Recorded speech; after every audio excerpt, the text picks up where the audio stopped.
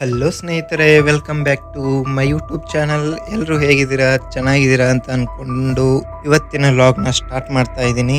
ಇವತ್ತೇನಪ್ಪ ವಿಶೇಷ ಅಂತ ಅಂದ್ರೆ ಶಿವರಾತ್ರಿ ನಿಮಿತ್ತವಾಗಿ ನಮ್ಮ ದೇವಸ್ಥಾನದಲ್ಲಿ ಬೆಳ್ಳಿ ಮೂರ್ತಿಯನ್ನು ಮಾಡ್ಸ್ಯಾರ. ಸೊ ಆ ಮೂರ್ತಿ ಮೆರವಣಿಗೆ ಹಾಗೆ ಅಭಿಷೇಕ ಮಹಾಪೂಜೆ ಎಲ್ಲ ಇರುತ್ತೆ.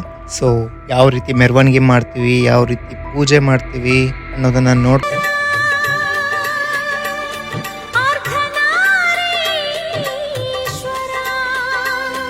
ಹಾಗೆ ಇನ್ನೊಂದು ವಿಷಯ ಸ್ನೇಹಿತರೆ, ಇನ್ನೂ ಯಾರು ನಮ್ಮ ಚಾನಲ್ನ ಸಬ್ಸ್ಕ್ರೈಬ್ ಮಾಡ್ಕೊಂಡಿಲ್ಲ ಪ್ಲೀಸ್ ಸಬ್ಸ್ಕ್ರೈಬ್ ಮಾಡ್ಕೊಳ್ಳಿ. ಹಾಗೆ ಪಕ್ಕದಲ್ಲಿರೋ ಬೆಲ್ ಐಕಾನ್ನ ಮರ್ಯಾದೆ ಕ್ಲಿಕ್ ಮಾಡಿ, ನಮ್ಮ ವಿಡಿಯೋಗೆ ಲೈಕ್ ಮಾಡಿ, ಶೇರ್ ಮಾಡಿ.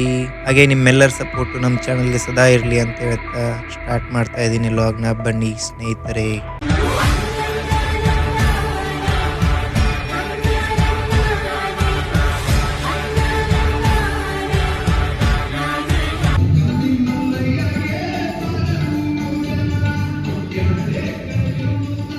ಸ್ನೇಹಿತರೆ, ಶಿವರಾತ್ರಿ ದಿನ ಉಪವಾಸ ಮತ್ತು ಜಾಗರಣೆ ಯಾಕೆ ಮಾಡ್ತಾರೆ ಅಂತ ಅಂದರೆ, ಶಿವರಾತ್ರಿ ದಿನ ಶಿವ ಪಾರ್ವತಿಯೊಡನೆ ಭೂಲೋಕಕ್ಕೆ ಬರ್ತಾನಂತೆ ರಾತ್ರಿ.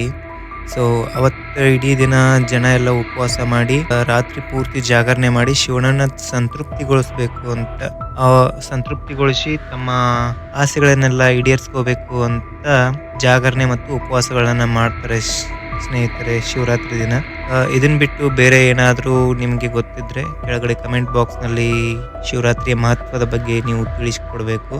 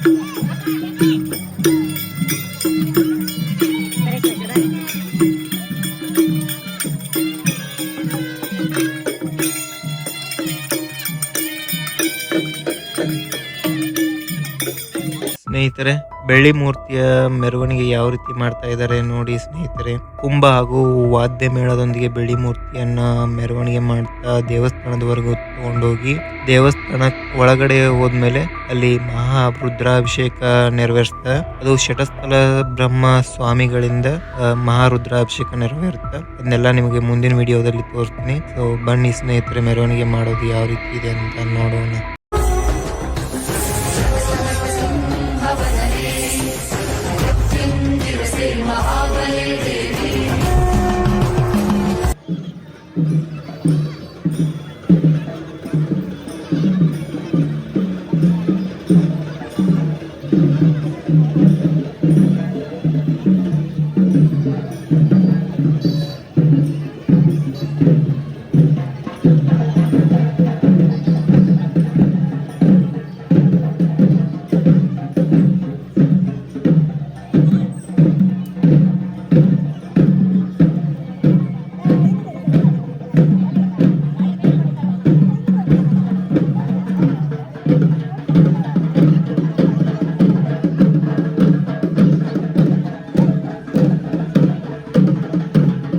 ಸ್ನೇಹಿತರೆ, ಮಹಾಶಿವರಾತ್ರಿ ಪ್ರಯುಕ್ತ ಬೆಳ್ಳಿ ಮೂರ್ತಿಯ ಮೆರವಣಿಗೆ ಮತ್ತು ದೇವಸ್ಥಾನಕ್ಕೆ ಮಾಡಿರೋ ಅಲಂಕಾರವನ್ನೆಲ್ಲ ನೀವು ನೋಡಿದ್ರಲ್ಲ ಸ್ನೇಹಿತರೆ.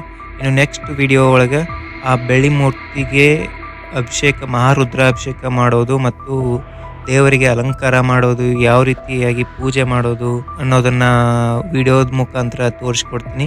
ಸೊ ಅಲ್ಲಿವರೆಗೂ ಈ ವಿಡಿಯೋನ ನೋಡ್ತಾ ಇರಿ, ಹಾಗೆ ಲೈಕ್ ಮಾಡಿ, ಶೇರ್ ಮಾಡಿ, ಚಾನಲ್ಗೆ ಸಪೋರ್ಟ್ ಮಾಡಿ ಅಂತ ಹೇಳ್ತಾ ಈ ಲಾಗ್ನ ಇಲ್ಲಿಗೆ ಮುಗಿಸ್ತಾ ಇದ್ದೀನಿ. ಬಾಯ್ ಸ್ನೇಹಿತರೆ, ಎಲ್ಲರಿಗೂ ಧನ್ಯವಾದಗಳು. ಹಾಗೆ ಸ್ನೇಹಿತರೆ, ಎಲ್ಲರಿಗೂ ಮಹಾಶಿವರಾತ್ರಿ ಹಬ್ಬದ ಹಾರ್ದಿಕ ಶುಭಾಶಯಗಳು ಸ್ನೇಹಿತರೆ. ಧನ್ಯವಾದಗಳು.